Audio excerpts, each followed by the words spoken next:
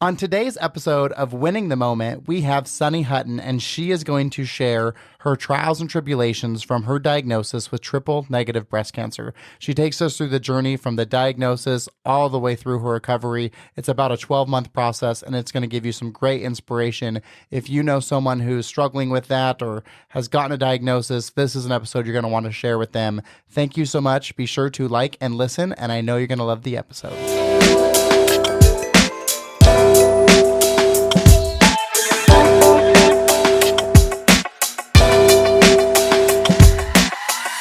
Wherever you are and however you are listening, thank you for being back with us on another episode of Winning the Moment. I have a special guest with me today, Sunny Hutton. If you are a fan of the show, then you would have listened to Jake's episode a few weeks ago. And so now we get Sunny, we get the better half. So Sunny, thanks for being here. Thank you so much for having me. So you got just your first exposure to Winning the Moment was probably listening to your husband's episode, right? It was. Yeah. What did you think? It was amazing. I actually reached out to you to say thank you for all of the nice things that you had to say about me and my journey that I just went through. And then, the rest is history. I'm here. Yeah, now we're here. Yeah. That's kind of the beauty of putting yourself out there and doing something like a podcast is you get relationships you would have never had otherwise, right? And I've actually known Jake for a long time. I tried to get him to go into a business deal with me like years ago. Mm-hmm. And then I get my hair cut with Eli at Fitness Culture. So then there's like that connection too. So it's great to meet you and have you here today. And so what Sunny's referencing is she was diagnosed with triple negative breast cancer. And so I had known this through working with Jake. And then I once I got Instagram for this, I started to follow you and was watching your journey. And I'd see you working out and everything while you're going through it all. And I was just like, this woman's amazing. Like I got no reason to not work out. And yet I can't get myself to do it. And so I'd love to just kind of share your story with the audience. I think it's so important because there's other people out there who just got diagnosed today and may feel like they have no hope. And so I think to have someone who's gone through it and can share some perspectives and learnings and thoughts, I think that's super valuable. So wherever it makes sense to you to kind of open that dialogue. Okay. Yeah. So I was going in for routine MRIs because I knew I had a genetic mutation, essentially, from my dad that is called BRCA1, and it makes it so my body can't fight off breast cancer, essentially. And so oh, so you kind of knew. Yeah. I was a little bit more prepared than the average person. How did you find out you even had that? Both of my aunts, so my dad's older sister and younger sister, had breast cancer. And then they were like, something seems a little bit weird because their mother had breast cancer. And wow. They went in to do some genetic testing just because that's what doctors were saying. Sure. If it runs in your family, let's, get in front of it. Yeah, research is kind of advancing, and so let's see if there's a genetic component to this. And they did find one, and so they have a BRCA1 and a BRCA2 gene. Everybody has it. It's called breast cancer. So BR is for the breast, and CA is cancer, and they call it BRCA. And so male, female, everybody has the BRCA1 and BRCA2. My BRCA1 genes are defective, and so they don't work effectively to fight off breast cancer. And ovarian cancer is the other awesome side of it. And so I was going in routinely just to get MRIs and then mammograms every other 6 months. How many years had you been going through that process? 7 years at that point. Wow, so at 7 years you'd gone and you not had anything yet. Yep. And so April 18th, I went in for just my routine MRI, had nothing, no symptoms, could not feel a mass. I check all the time, and it came back and said that there was a mass found in my right breast, and it said highly suspicious for malignancy. And I remember calling Jake. He was actually in a meeting with somebody, and so he didn't answer, and I was freaking out. And so I called my mom next, and I texted Jake to let him know it was like a pretty serious thing. And so he called back instantly, and we didn't know for sure at that point. It was just, we need further testing.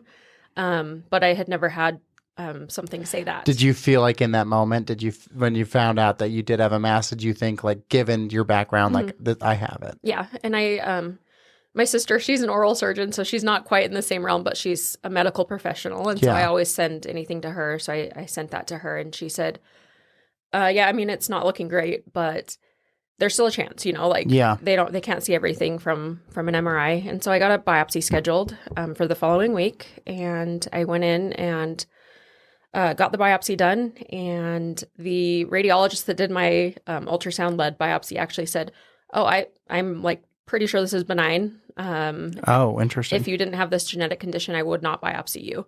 And so I had a moment of like, oh yeah, maybe false it's alarm. okay. Yeah. Like this professional that does this all the Right. time said that it's benign. And so, in the back of my head, I still was like, I saw that malignancy word on the MRI report. And so I kept checking my app. It's awful because you can see all of your reports come through. Oh, so you're just like refresh. Oh my And gosh. so 2 days later, I refreshed it, and my parents were down for just moral support, and Jake was home, and it refreshed, and I didn't say anything. I just like wanted to scan through it really quick, and I saw a carcinoma. Like my eyes just like zeroed in on it, and I was like, Jake, come here. Like, can you make sure I'm reading this right? And it was a pretty like earth-shattering moment for me.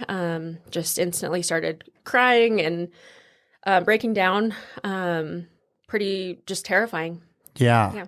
So, I can't imagine. Yeah. Did you, I don't know much about cancer, but is breast cancer one that is more frequently beat than others, or?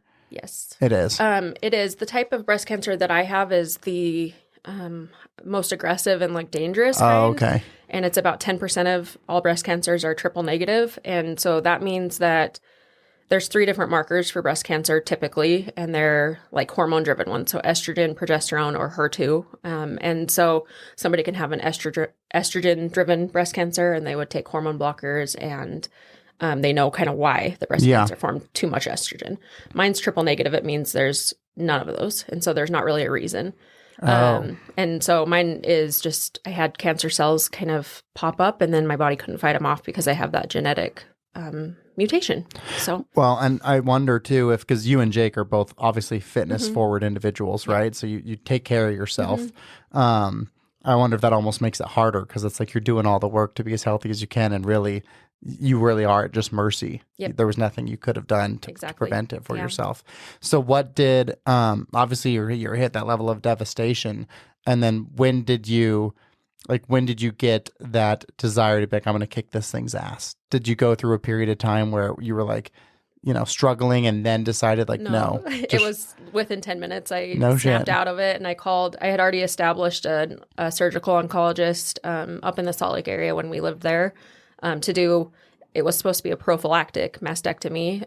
That's the one thing you can do to try What's to prevent that? it. So you remove your breast tissue? And that's prophylactic, meaning before disease. Oh, okay. Yeah, and so I should have done that ahead of time, but it's a hard decision to make. You're literally amputating body part. Of course. And so I called them because I mean, I now know that that's not the right order of operations. But I, within 10 minutes, called them and I said, hey, I just got this breast cancer diagnosis. I will have them send it to you guys. Let's get surgery on the books.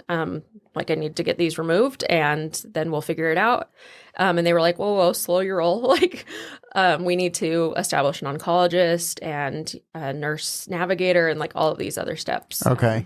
But within 10 minutes, you were ready. I was going. I was trying to not drive myself crazy by not taking some action. So yeah.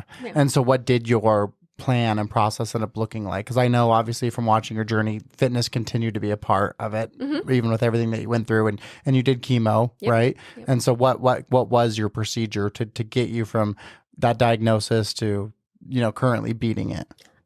So they set me up, my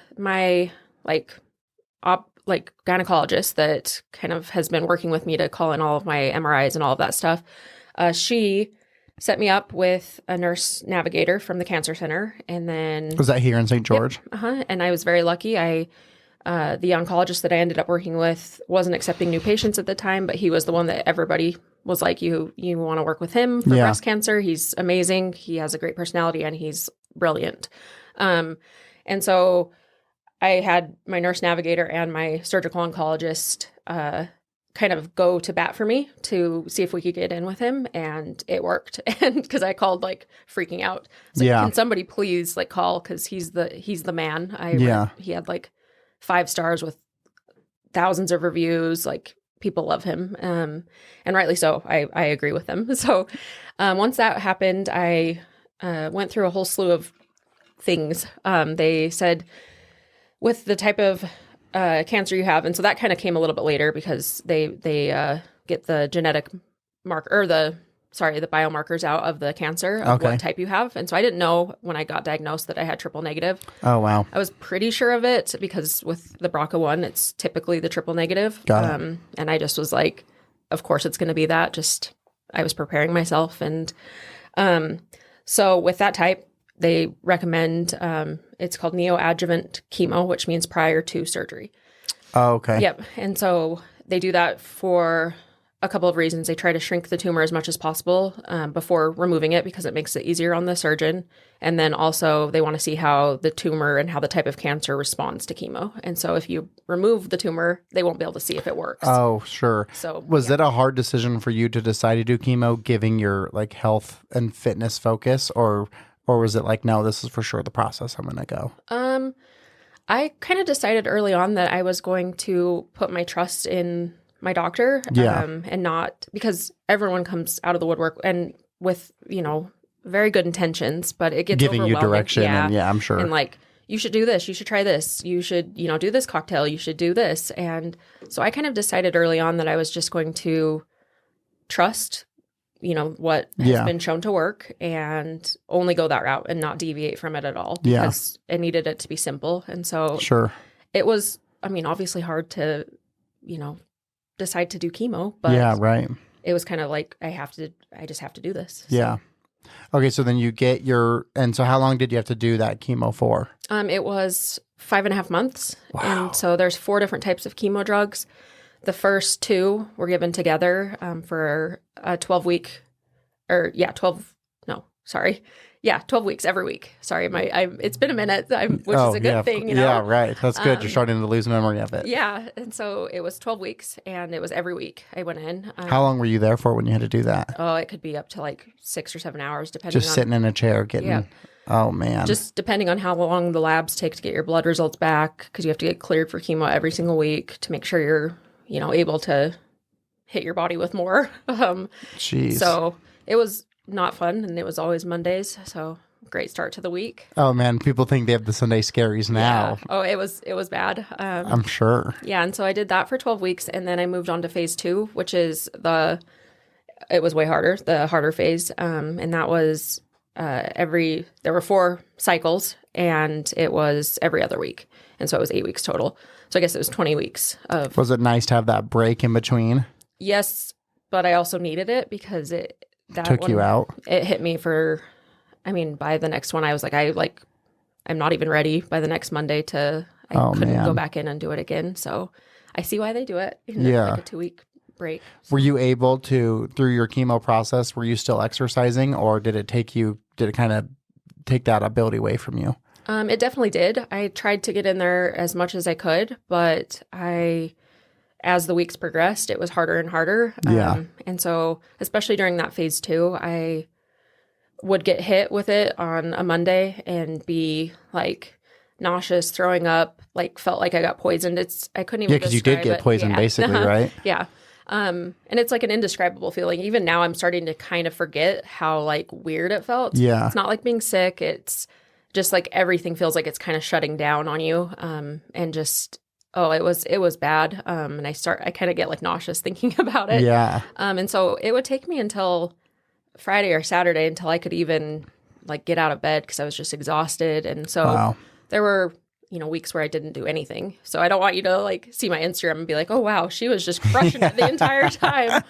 But then I would make a point to try to go get something done because I knew movement would help my mental state. It would help kind of flush things through. So. What would you do sitting on the chair for 6 hours? I would work a lot, which is because Mondays I felt good. And they would, so like it took a while to hit because they give you pre-meds. So they'll give you like a hit of like high dose Benadryl, steroids, anti-nausea medicine, all through your IV before you start to kind of prepare your body for the shock of receiving chemo. And so it takes, 6 to 8 hours after you leave for it to start hitting you. Oh, interesting. Yeah. And that was at least for my case. I don't know for everyone. And so I would work. Mondays were one of my most productive days. And so what do you do for work? Do you work with Jake on that fitness stuff? Okay. Mm-hmm. So to talk about that a little bit. So I do all of the kind of behind the scenes stuff with Jake. I write some programs. I help. And it's funny that I still do this. I've done it since day one. I input all of the programming into the apps because I have tried to kind of give that up. But it's our product, and it's hard to like not have it be hard perfect. to delegate that. Yeah, because I don't know. I've had other people do stuff and it just gets messed up. And so I want to make sure it gets done. Did you have a background in like technology and coding, or did you just self-teach yourself how to do all that? I'm not. I don't do that. I input like the programs, like the exercise programs. Yeah, no, we have a partner that's a software developer. Oh, okay. I'm not that smart. No. Yeah, so that's why I said it's funny that I haven't given that up, because it's just, inputting data into something, but it's the product that goes out. And so it's important that it is accurate and what we want. Yeah. And so we have 5 different apps with different fitness influencers that we host for them. And we do all of like the behind the scenes stuff. So making sure that all the content's in, all of the, so like all that stuff. And so I just do kind of the odds and ends with all of it. That's great. So how long have you and Jake been together? 14 years as of Wednesday. Oh, wow. Yeah. Congratulations. So have you guys worked together that whole time? Almost since 2012, we started working together, which is crazy. And how's that for you guys? It's good. There's obviously some times where we butt heads because we're both pretty strong personalities. Yeah. But it's been good. I like to help out on his business, and he's definitely a more entrepreneurial spirit type person. Sure. And I, want those to be successful. So I like to help out. Yeah. I've worked with my wife for a bunch of years too. And some people think it's crazy and some people think it's great. I think it just depends on the dynamic. Yep. Okay. So you're going through that chemo. So 20 weeks total. Mm-hmm. And then what did it look like after that? So I had a 5-week break to kind of let my body recover a little bit, to get stronger for surgery, and rebuild kind of some of my white blood cells, because you need to not have an infection form after having. Oh, sure. And then on November 8th, I had my bilateral mastectomy, and they removed 4 lymph nodes from this side, because this was the cancer side, just to test to see if there was any cancer there, and there was not. So the chemo killed the cancer that was in you. Okay. Yep. And that was also 2 days after surgery. I got the pathology report to my health app and opened it at 1 a.m. because I got an alert that I had results, and it was terrifying. Yeah, I can't imagine. Did you look at it right away, or did you? I did. You did. I am not somebody that can wait. Yeah. And so I saw it, and it said pathologic complete response, and that was always like the goal, the wording that my doctor used, and it means that you responded completely to the chemo, and that there was no evidence of any cancer found anymore. And so I woke Jake up. I woke my mom up. She was down helping out after surgery. And I was like, read this. And it was so exciting. So that's awesome. Yeah. So are you still then at the same level of risk that you were previous to this? No. So since I had cancer, mine's a little bit higher. So if I were doing the prophylactic mastectomy, prior to that, my risk was up to a 92% chance of developing breast cancer at some point in my life. If you get a prophylactic mastectomy, meaning you get it before you develop cancer, it would have dropped down to 2%. Oh, wow. And so, should have definitely done that. Now that I had developed. So that would mean, if I'm understanding what you're saying, is knowing that you had that gene, if you go back and do it again, you would have got that prophylactic mastectomy. Yes. So if someone out there is listening and they have the same thing, would that be your advice to them, is do it, because it drops your odds so significantly? Do it, and don't think that you have time. And because I did, I thought that because I lived a healthy lifestyle, it wouldn't happen. Sure. And well, it's just like anything. We always think that the things aren't going to happen to us, right? So and so mine now is, since I had the mastectomy, but I also had cancer, because there's always a chance that some microscopic cancer cells escaped and are somewhere else in my body. We hope that's not the case, but I am at a 5 to 8% chance of recurrence. Okay, so lower, so much lower than what you were at. Yeah, but it's kind of scary because they told me to look out for bone pain and headaches, and that's terrifying because that means bone cancer or brain cancer. Oh, yeah. And so that's like metastatic, because it's traveled elsewhere in the body. Is there anything now that you could do post all of that would help reduce or maybe keep at bay? Like, is there a certain diet that they've recommended, or is it just your general health stuff? Yeah. I mean, they aren't recommending anything specifically with nutrition. And I know that's like very controversial because there's people that, would say for sure. And I'm kind of one of those that food is important. And so I've been trying, it's hard, but I've been trying my best to eat less processed foods and, all the good stuff. Definitely I will never touch a drop of alcohol again because that's a known carcinogen. It's just not worth it to me. Interesting. Yeah. So if you drink alcohol, you're more likely to, or it could more severely impact your odds of cancer. Yeah. And I mean, as far as I know, it's very known that it's a carcinogen, just, like tobacco and smoking and all that stuff. So, I won't touch it again just because I'm a high risk person. Yeah. And it's not worth it to me. Yeah. And that's not to say like other people can't enjoy, alcoholic beverages. Sure. Just the choice you made for yourself. Well, and I'm high risk. My body can't fight off cancer. So it's not worth it to me. So, yeah. And then as far as another thing that I am trying really hard to do to avoid a recurrence is lowering stress levels because I just think having elevated cortisol levels in my body, it can't be good. And I kind of run at a high level of anxiety always. So yeah, those are kind of my. What is your nutrition goal? Like if you're eating optimally the way that you want to, what does that look like for you?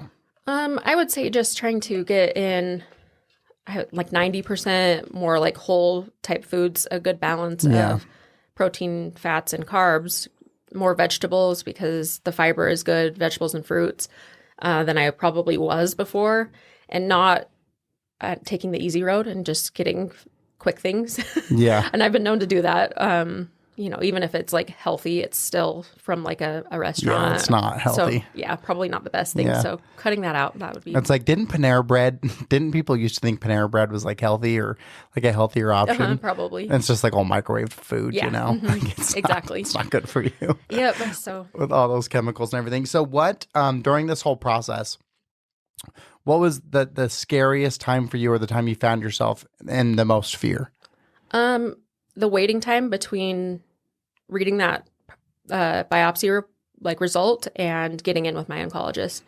There was so much unknown. And I was trying to Google stuff, but there's just so much information out there on everything. And I remember just waking up or not even going to sleep until like 3 a.m.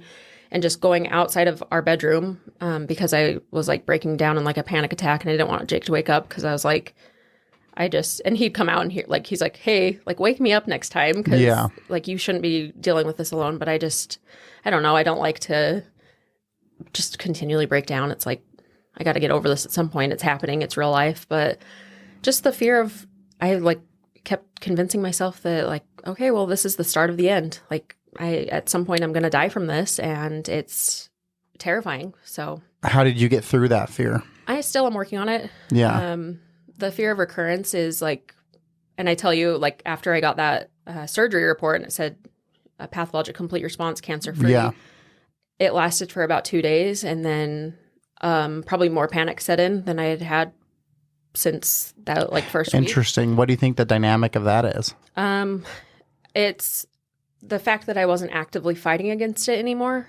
You felt like you weren't doing enough maybe? Like, because before you were like during chemo, aggressively like kicking its ass and like, now you're just living. Yep, exactly. And so I still am doing maintenance immunotherapy, which is another component to like fighting this. But it just is like, all right, well, if there's something in there, it can just go, we're not adding any like chemo to my body to fight it. And I'm hoping for the best. And so the anxiety has been pretty crazy for the last little bit, but trying to just work and didn't you say you have something important happening today or like recently, or was that March 1st? Because we had two dates. Yep. Mm-hmm. And so what's that? So that's the second part of my reconstruction. So they remove all of the breast tissue, and so they have to, they don't have to. You can choose to go flat, which is, sure. I was heavily considering that option just because I'm more athletic and I don't know, I just kind of like that aesthetic anyways, sure. But I opted to get reconstruction, and so they put in tissue expanders during the first surgery, and they do that because they have to slowly kind of expand your skin. If they go direct to implant, there's a higher chance of getting an infection. Because there's already been so much trauma to the area, they literally like go in and slice nerves and like remove all the breast tissue. Yeah. And so on March 1st, I have the exchange surgery, and that is where they'll remove the expanders and put in the implants that I'll have. Are you looking forward to that? So you can kind of have that part of your body back, even though it's not yours, not your body anymore. But yes, these expanders are awful. I can't do anything high impact, which is they consider like jogging high impact. Oh, wow. So it's been one of the hardest things for me to try to work out still when it's not how I like to exercise. Yeah, not to your standard. I don't like to go walk on a treadmill. It's very boring to me. Yeah. And if you love it, do that. But for me, I like to just go get my workout done, like maybe hit some sprints or go on a jog or something a little bit more, I don't know, just exciting. So, yeah, that's tough. Yeah. So I haven't been able to do that for a while. Yeah. Wow, what a journey. So how long from diagnosis until March 1st, how long was that in total, your journey? So that'll be just like 10 and a half months. Oh, wow. So less than a year. Yep. Uh-huh. I mean, it's pretty remarkable what your body can do in less than a year. Yeah, it's been amazing. It's been the hardest year of my life, obviously, but also have, grown a lot and learned to appreciate a lot more in life. So yeah, I was going to ask you, what did you learn most about yourself through this process? That I can get through a lot more than I thought I could. I honestly, there were times when I was sitting in my car at the cancer center and couldn't bring myself to walk through the doors. Sure. Because you're just putting something in you that's going to make you feel awful. And so just having, I have to get this done. Sorry, I'm trying not to. No, be emotional. It's fine. It's good. Don't feel like you have to hold it back. That was one of the hardest things, was just going in every single week and knowing that I was going to just get something injected into me that makes me feel like the worst I've ever felt in my life. I never even thought about that component, that you do have to consciously choose to be miserable, to know you're going to go and just put yourself through this gut-wrenching torture, really, and you're choosing to do it, right? And I thought it would be a lot easier. I posted about that on my very first chemo day. I thought that there were a lot of misconceptions I had prior to a cancer diagnosis. One of them was, if you have cancer, it's easy to choose to just go get the treatment, you have to do it. So go do it. But it was terrifying. I had no idea if I was going to have an allergic reaction. I read stats that about 25% of people discontinue treatment because it's so bad, the side effects, and they can't tolerate it. And so just, again, the unknown of how my body's going to respond, how I'm going to tolerate it, it was scary. So I'm pretty proud of the fact that I made it through, and I went to all my appointments and just kicked its butt. So, yeah, that's gotta feel really good. Yeah. What about any takeaways that you had, and just life in general, not so necessarily reflective of your abilities, but just any takeaways that you had about this crazy journey we're on called life? Yeah, I mean, it's very cliche to say, but we have no idea what's going to happen, and anything can change at a moment's notice. And it did for me. One MRI report changed the course of my life forever. I will forever be changed because of that.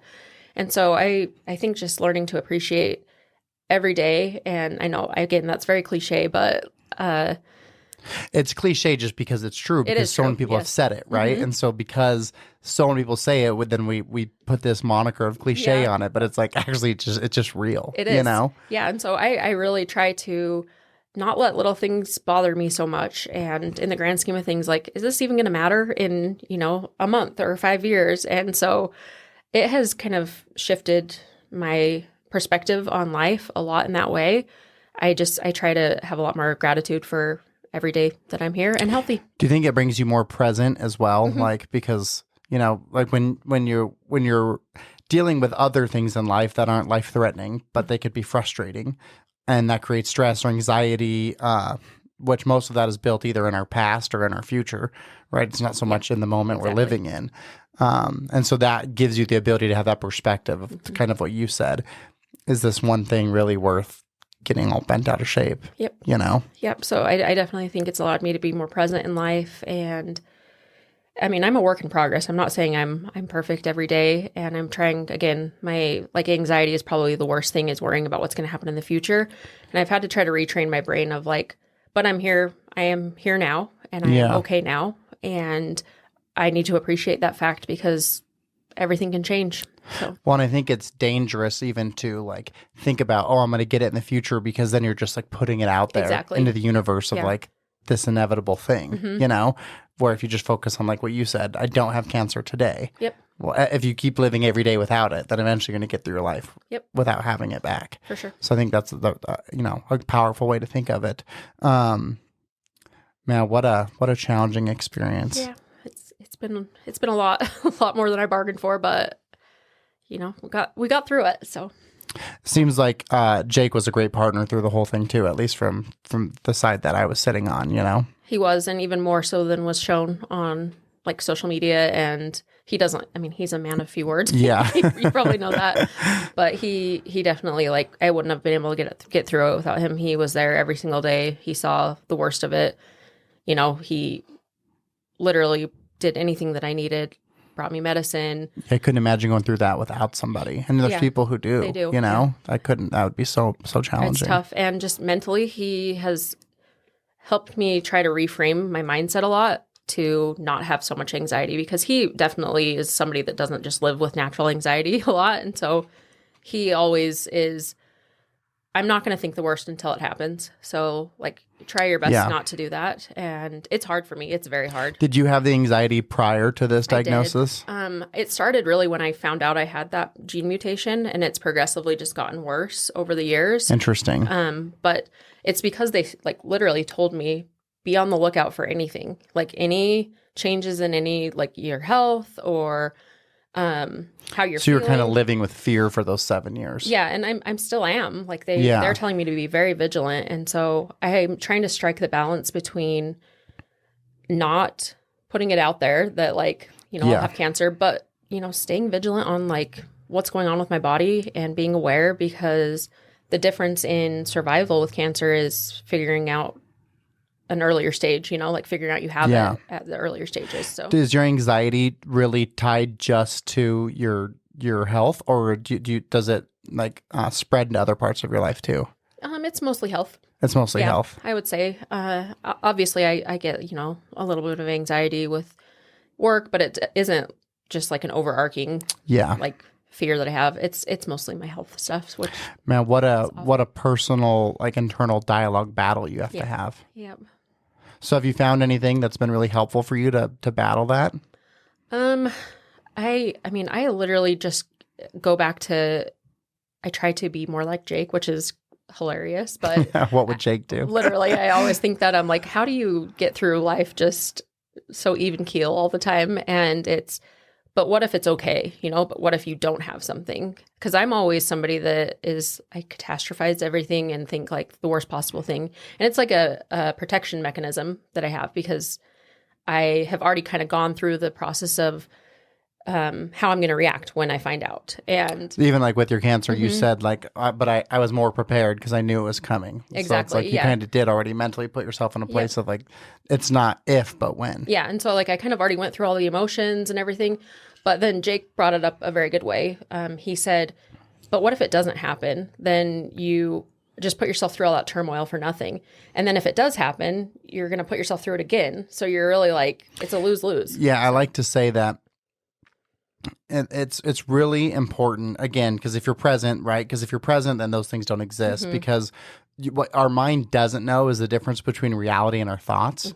And so when we're thinking those things, our body is having that same visceral reaction as if it's real. Yes. So if you're perceiving like this impending diagnosis, then your body is like reacting as if you've gotten that diagnosis. Yes. So you're putting it through all of the same stresses that you would if you in fact really did get it. So Jake's exactly right. You're doing it now and then you're doing it again. And obviously, like you had said, minimizing stress is so important. And I don't think that's not just for someone with the possibility of a cancer diagnosis, but for all humans. Like you shouldn't be putting your body through this stressful event that isn't real, that lives in the future, because your body just doesn't know the difference. Yes. And in our mind, our thoughts are as real as our life.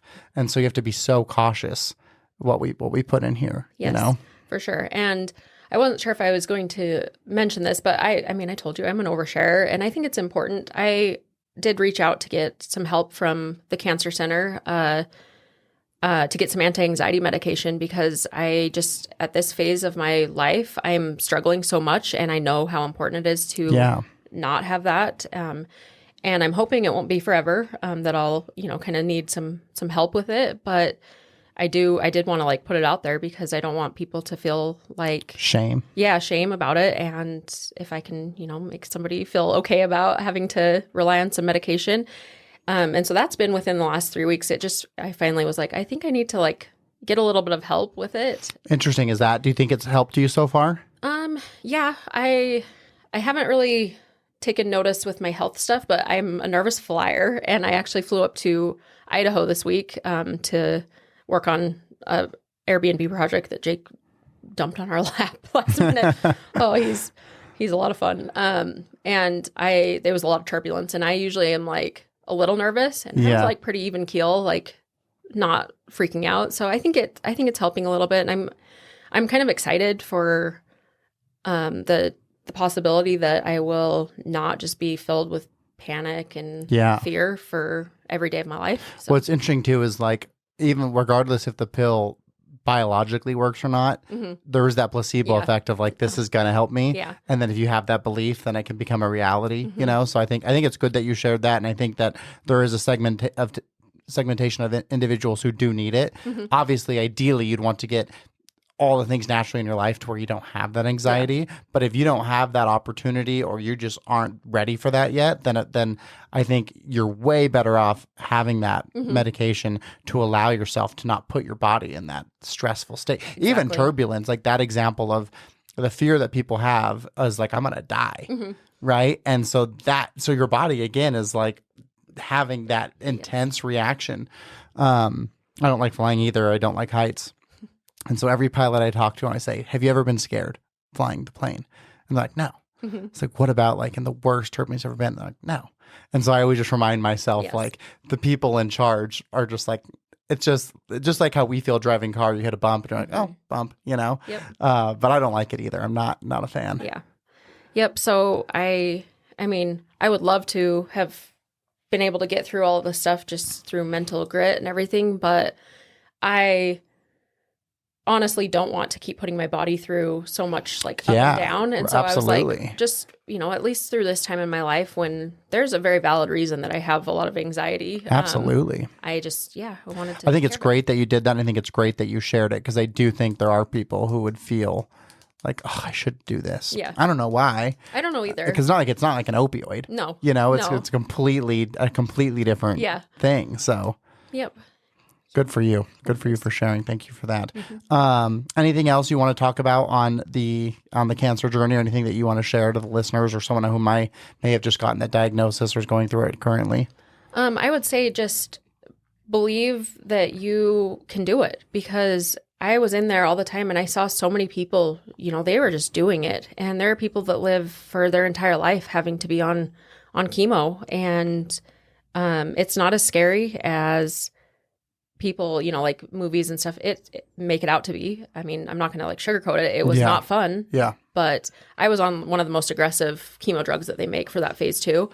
And so it's doable. You can get through it. And especially if you get a breast cancer diagnosis, it's a very like treatable disease and just, do it, get through it and you'll be on the other side of it before you know it. Yeah, when you think about it, like even for your journey from diagnosis to reconstruction, less than a year, it's like in the grand scheme of your life, that's a small portion of your life. It didn't feel short when you're going through it, of course.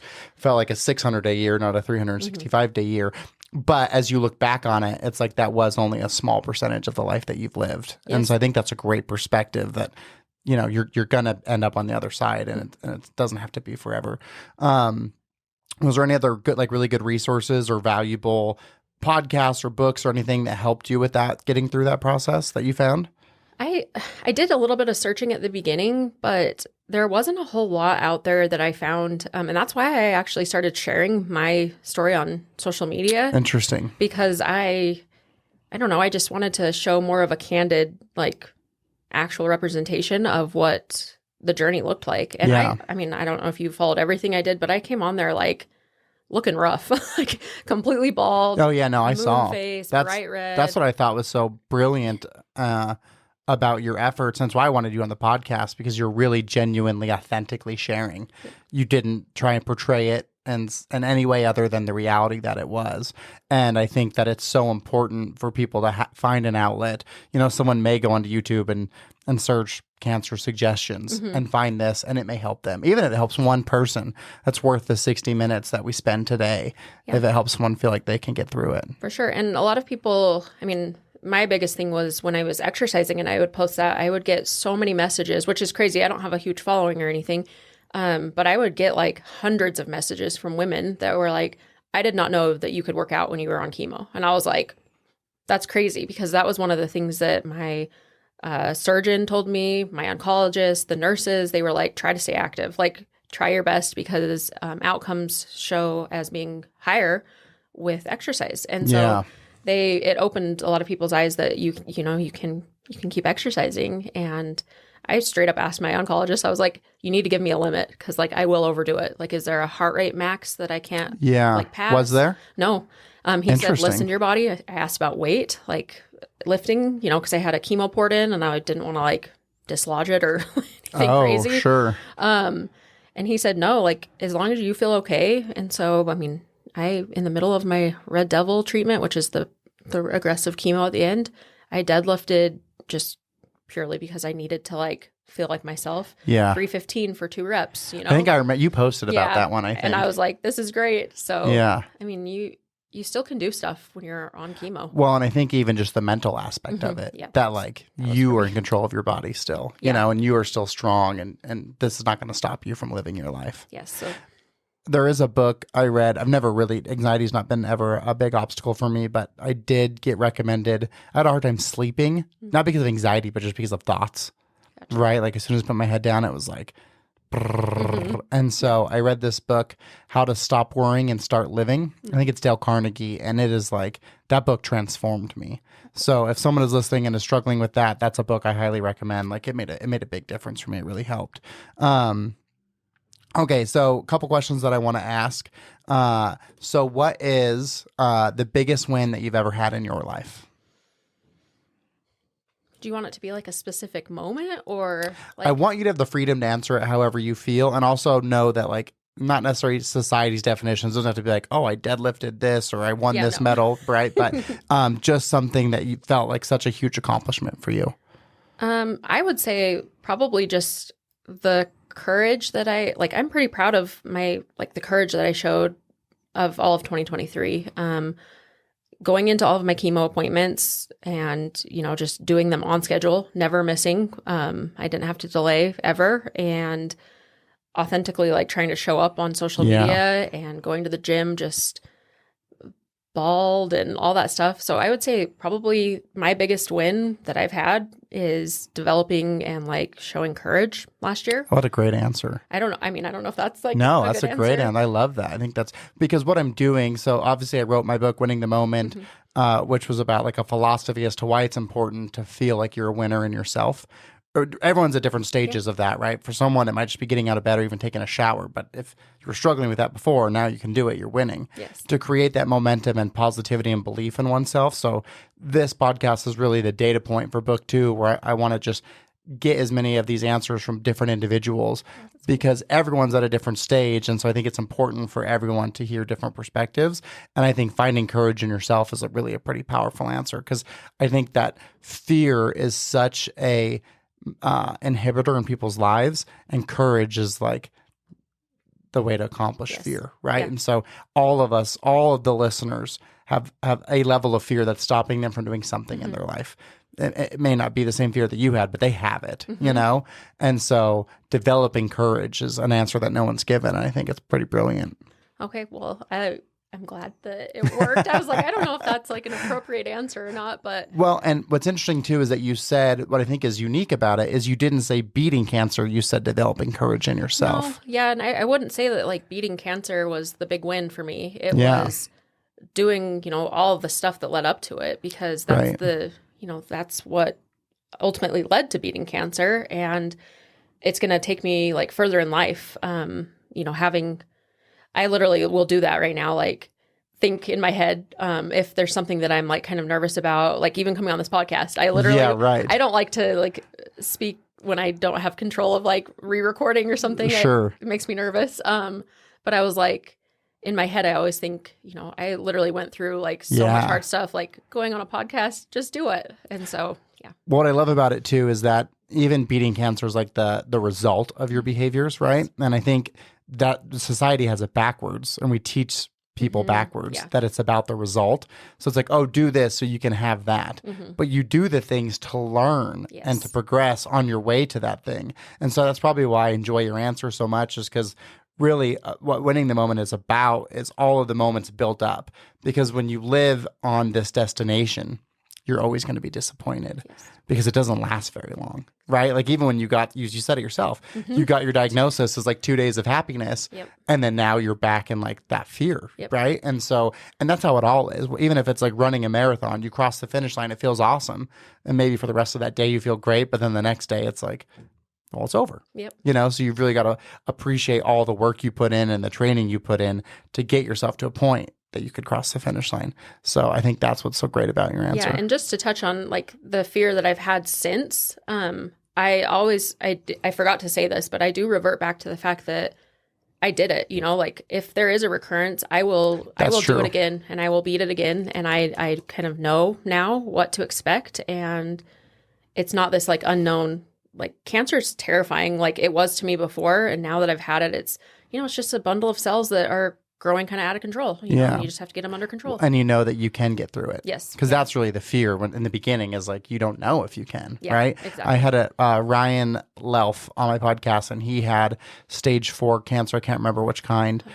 And he got through it, got diagnosed with it again. And I was like, were you so devastated that second time? And he said, no, because I already knew I could do it. And so to your point, like he was less upset and less distraught the second time because now he knew, like, just go back to work, you know?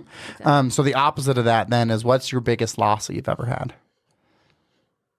I would probably say not moving quickly enough on getting a mastectomy, you know, and causing all of this turmoil for myself and my family, and, you know, all the work for the nurses and everything. And like, it was, you know, one simple decision could have changed all of that. Why do you think you didn't do it? A lot of fear. And again, it's fear of the unknown. I overthink a lot of stuff. And it's even, you know, like if I'm going to buy a pair of leggings, like I overthink it, you know, like, and so choosing to remove, you know, body part it's hard. And so I just overthought. And then years kept passing by, and, you know, getting clean MRI and mammogram results kind of alleviated, you know. That's almost like everyone you got that was clear gave you a little bit more confidence that like, I don't need to do this, perhaps. And I would say even arrogance, like, which is terrible. I like am very, almost, it's like shame that I feel like saying that. No, I think it's so great to share because it's probably true. Because you are so healthy, and then you had all these years. So it's almost like, oh yeah, well, it won't happen to me. Right. Yeah. And I mean, in the back of my head, I always like was, you know, why not me? Like it could definitely, but more so now I feel that way. Before it was, I live a very healthy lifestyle. I, you know, do all of the right things. So like, I'm probably going to be one of the people that doesn't get it. Of course. And that was very arrogant. And so I would say probably my biggest loss is not moving quickly enough. And so I mentioned briefly that ovarian cancer is another big component. And that's an up to like different places say like 40 to 60% chance of getting it by the time you're like 80. And so that's my next biggest hurdle to kind of tackle. And I refuse to not move quickly enough on that is, you know, getting my ovaries and fallopian tubes removed in time. So will you be doing that now then? Yeah, another thing that I didn't even touch on was IVF. Like they had me do like a rush round of IVF before I started chemo because chemo can ruin your fertility. Sure. And Jake and I don't have any kids yet. And so. And do you guys want to have kids? We do. We were going to try to have a baby last year. Luckily, like the cancer diagnosis happened before I was pregnant or something.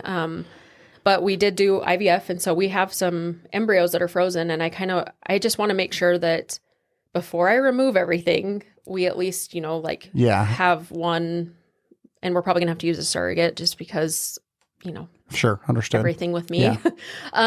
So that's kind of my holdup right now is making sure that we're You want going to get through that process of having surrogacy and having a birth and know that we at least, have been able to have one child. Yeah. Before I remove, because once I remove my ovaries, we lose all chance. Yeah, right. That's having, it. A biological child of our own. And so at that point we could, go into adoption and all that. But I just, kind of want to hang tight for a minute. But yeah. Also give your body a break. Yeah, exactly.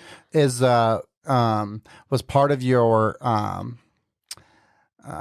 hesitation with that was also the femininity aspect of it, like of not having breasts, and then like also did you struggle with that when you had to lose your hair and go through that process? Was that a struggle at all for you?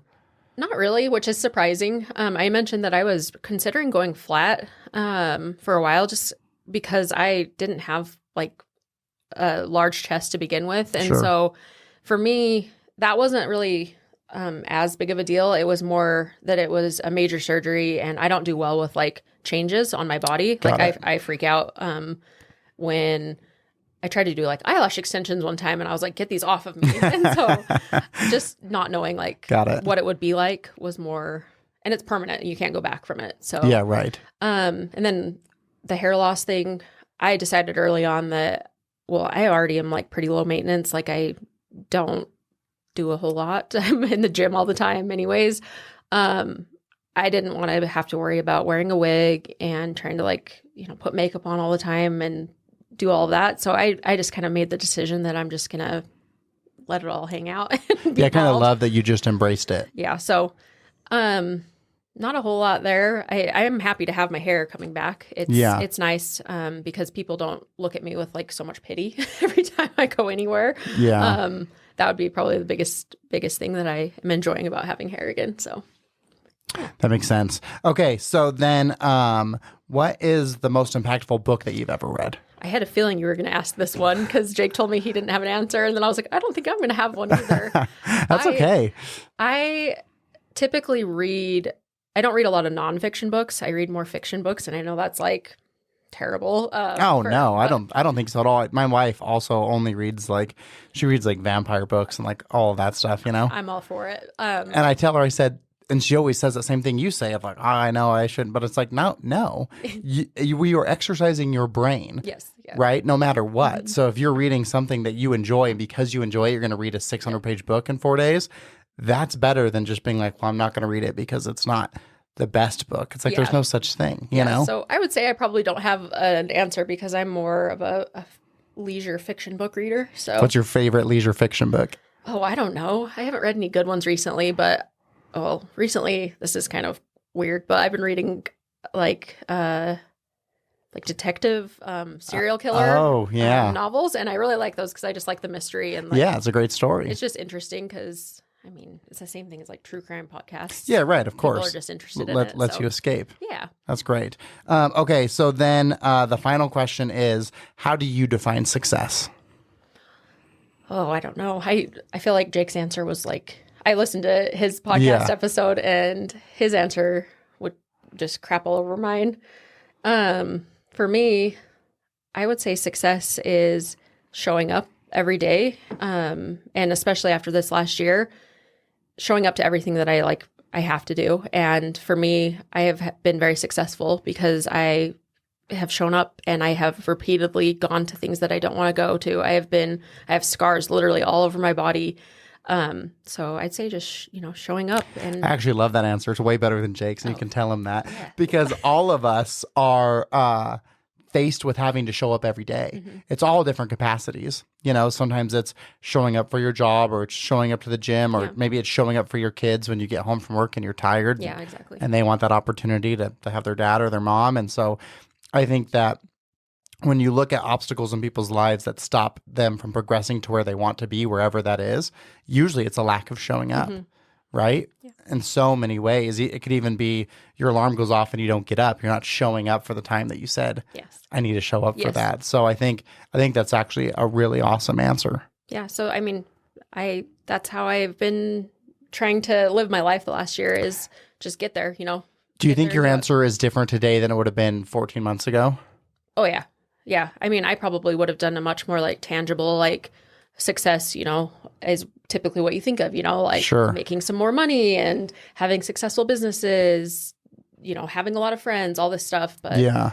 mine's definitely more like a personal answer now. Yeah. Well, I think that's so important for it to be based on you, Yes. right? Yeah. Because the only thing we can control is ourselves. Mm-hmm. So you guys got an Airbnb in Idaho? Yeah. Jay, he's been wanting to get into some real estate investment. I know that's how our relationship started was through real estate investment. And he hasn't done anything until just now. And he finally like took the plunge because we're from a town in Idaho called Pocatello, and the real estate there is pretty cheap. And so he was like, "Oh, interesting. I'm surprised by that." Yeah, and there's not a whole lot of Airbnbs because people don't think to open one there. And I was like, really? Like, is that? And so we'll see how it goes.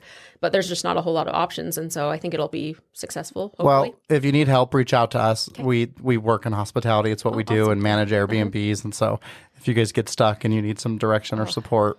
It's wild. It happened within like... It's a lot to take on, especially where you don't live there. Yeah. And I furnished and decorated the entire thing remotely. And Jake drove it up last weekend. And then I went to do like the finishing touches after he was there. Like he moved all the furniture in and everything. Yeah. It looks pretty nice. So I was like, did a pretty good job. Have you got it listed yet? No, we're the internet it's a smaller town and we're trying to figure out the best internet. So that's one thing we're waiting on. Yeah, because people are going to want Wi-Fi. Yes, yeah.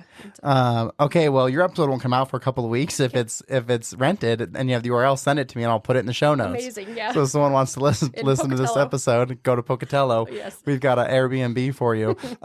So I do have your Instagram at Sunny Hutton, SUNNYHUTTON. Is there, if other people are listening to this and perhaps they're going through breast cancer just like yourself, is there a best way to reach out to you, or is it just through that Instagram, or any recommendations on how to get a hold of you? Yeah, I would say just shoot me a message on there. I talk to so many people on my social media that are going through breast cancer that were like a few weeks behind me, and they're like, is this normal? Like, so I bet. Yeah, what a great resource. Yeah, please message me. I'm happy to, share kind of what was normal for me at least, and hopefully make you feel a little better about your situation. That's great. Well, and I'll also put it in the show notes. If you're listening to this, you're driving around, the link will just be at the bottom, so they can just go and connect to that with you. Well, Sunny, thank you so much for being here with me and for being vulnerable and sharing your story. Like I said, we're going to make a difference in someone's life by listening to this episode, and I know that's a scary thing to come on and do, and so I just really appreciate you being here. Yeah, thank you for having me. It was a lot of fun. Okay, well, have a great rest of your day. You too.